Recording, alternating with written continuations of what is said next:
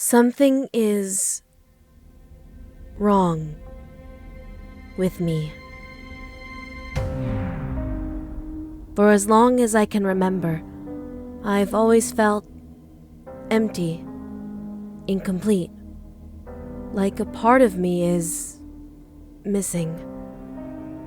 This hollow feeling has dominated my life.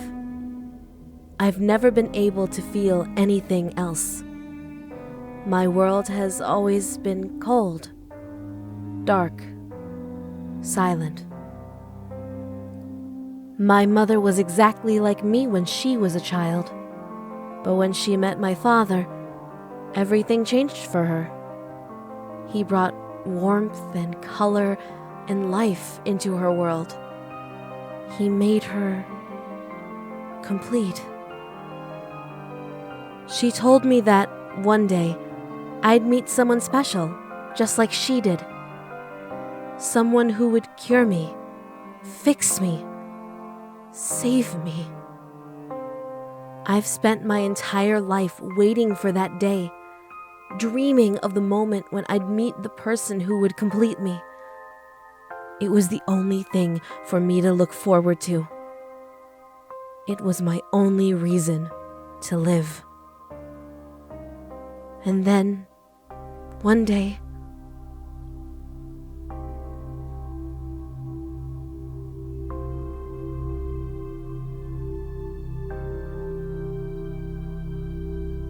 I found him.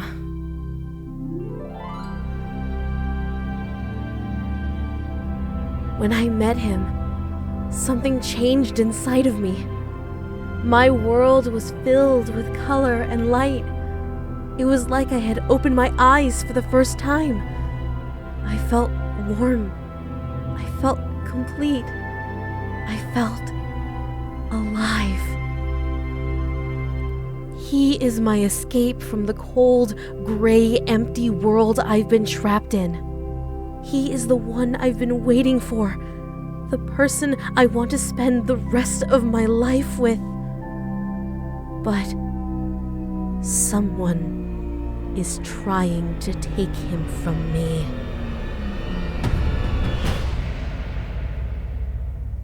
She wants him, but not in the same way that I want him. She could never appreciate him the way I do. She doesn't deserve him. He belongs to me. I have to stop her. even if it means hurting her, even if it means killing her.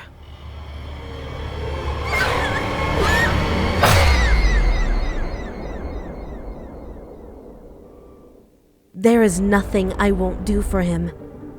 I won't let anyone come between us. I don't care what I have to do. I don't care who I have to hurt. I don't care whose blood I have to spill. I won't let anyone take him from me.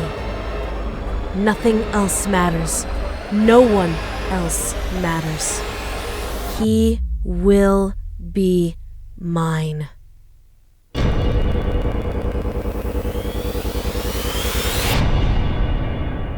He doesn't have a choice.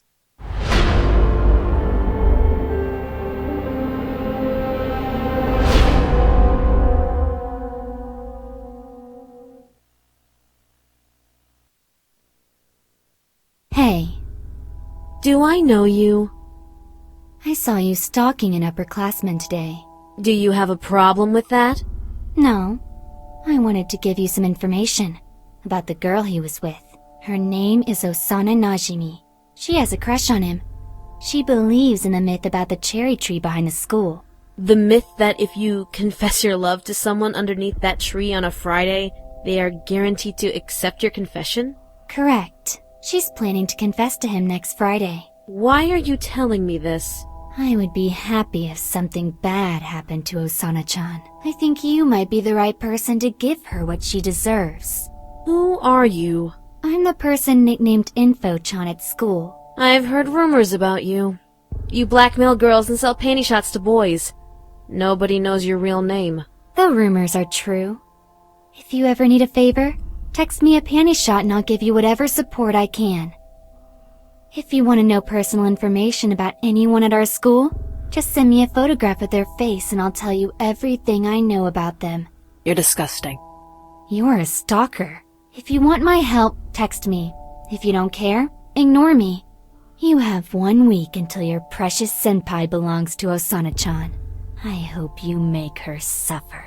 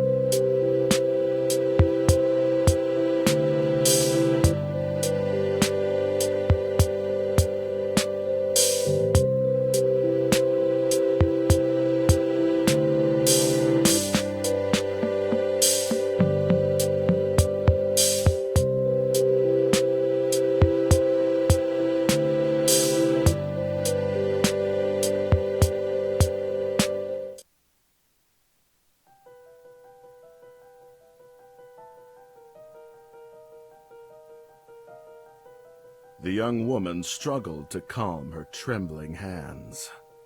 She could barely maintain a grip on her pen. Steady, Yamiko. You can't afford to screw this up. Once her pen touched the paper, she would only have 60 seconds to achieve her goal.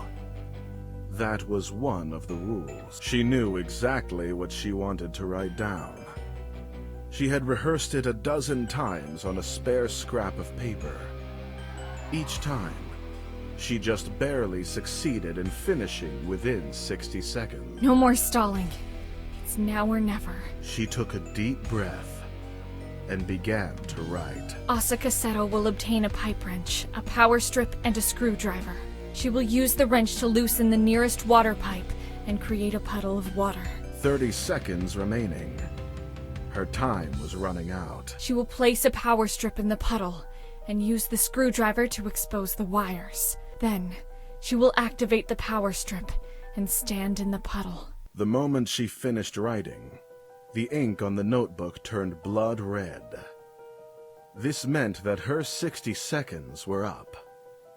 And it also meant that the command was in effect.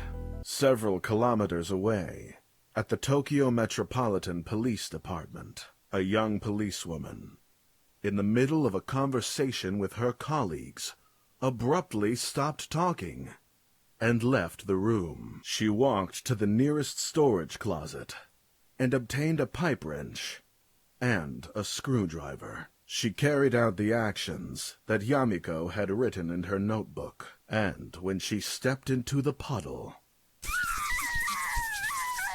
she screamed in pain as thousands of volts of electricity ran through her body, fatally electrocuting her. She was dead before her body hit the ground. What have I done? It was the first time Yamiko had used the notebook to kill an innocent person. In the beginning, she only intended to use the notebook to rid the world of evil. She targeted violent criminals, child molesters, and so forth. Dozens of mysterious deaths were too suspicious to be overlooked, and so an official police investigation had begun. Detective Seto had come too close to figuring out that Yamiko was the person responsible for the mysterious deaths. I'm not the bad guy here. She had to die. If I didn't kill her, she would have exposed me, and then I wouldn't be able to keep fighting evil. Yamiko felt as though the room was spinning around her. She desperately tried to convince herself that her actions were justified. I did what I had to do. It was the only way to continue fighting evil. The world needs me. I need to keep using the notebook, because this world is a rotten mess. It really needs to be cleaned up. Life Note, Episode 7. End.